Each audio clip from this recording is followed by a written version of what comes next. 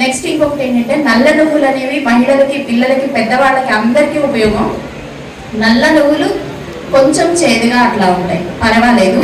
వాటిని దోరగా వేయించి పొడి చేసుకుని కూరలు వండేటప్పుడు మనం నూనె వేయకుండా లేదా చాలా తక్కువ నూనెతో వండిన ఇంత నువ్వుల పొడి వేసుకున్నాం అనుకోండి, ఆ కూర కొంచెం నువ్వుల టేస్ట్ ఉంటుంది. దాన్ని ఇష్టపడాలి.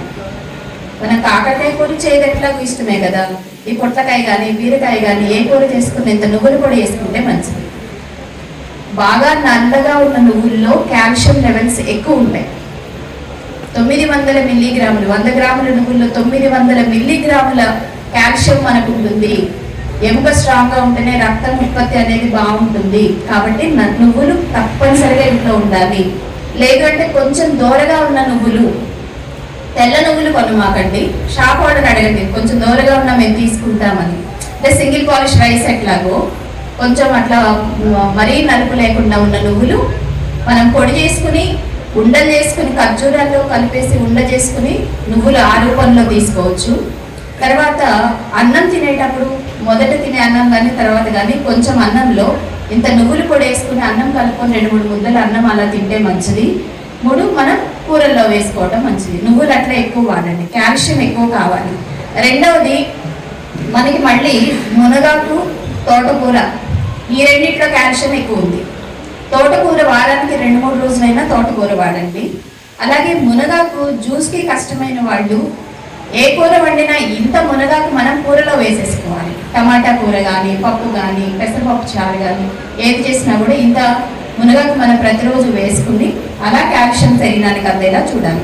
అలాగే మునగకాయలు ఇంట్లో చెట్లు ఉండేలా చూసుకోండి. ఎక్కువ మునగకాయలు మనం ఇప్పుడు కాయ 10 రూపాయలు అంటున్నారు, కొనుక్కుందాం.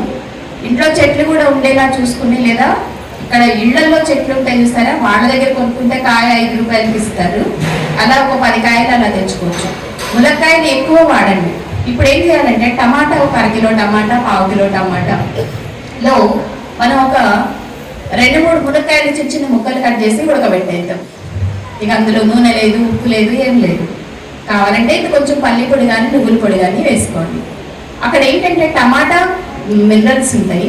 మన మునక్కాయల కోసం కదా, మునక్కాయలు ఉడకబెట్టుకొని మునక్కాయలు తినడం ఇష్టం ఉండదు కాబట్టి టమాటాలో ఉడకబెట్టేస్తే అది కొంచెం గ్రేవీ లాగా వస్తుంది. అందులో మనం అలా తినేయాలి. కొంచెం పచ్చిమిర్చి వేసుకోండి, కొత్తిమీర వేసుకోండి, మీ ఇష్టం. అది ఓన్లీ అదే ఆహారం లాగా ఇంత ఒక గిన్నెడు పెట్టుకొని మనం ఒక 10 మునక్కాయలు నవ్వులే తినేసేయచ్చు. దాంట్లో నంచుకోవడానికి కొంచెం అన్నం ఏమో చాలా పెట్టుకుని కూర ఎంత వేసుకొని ఇంత కారం పోసుకుని ఇంత తింటాం కదా, అట్లా కాదు. కూర చాలా పెట్టుకుని కూరలో నంచుకోవడానికి అన్నం పెట్టుకుంటే అప్పుడు చాలా ప్రాబ్లమ్స్ తగ్గిపోతాయి. అన్నీ గుర్తుంటాయి కదా, ఓకేనా? అంతా చేస్తారా? నారాయణపేటని నారాయణీపేట అన్నారు సారు.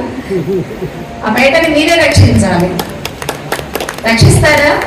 ఆరోగ్యవంతమైన ఊరులాగా మార్చాలి. ఎట్లా? మంచినీళ్ళు తాగి, జ్యూసులు తాగి, పండ్లు తిని హాస్పిటల్కి వెళ్ళి రావట్లేదు, ఏమైంది అని ఇక్కడ హాస్పిటల్ వాళ్ళకి డౌట్ వచ్చేయాలి. ఓకేనా? అంత గొప్పవాళ్ళు అవుతారా? అవుదామా? ఓకే, నేను కూడా మీతో పాటు కలిసి దయచేసి ఫాలో చేస్తే మీరందరూ కూడా ఫాలో అవ్వండి. Thank you so much.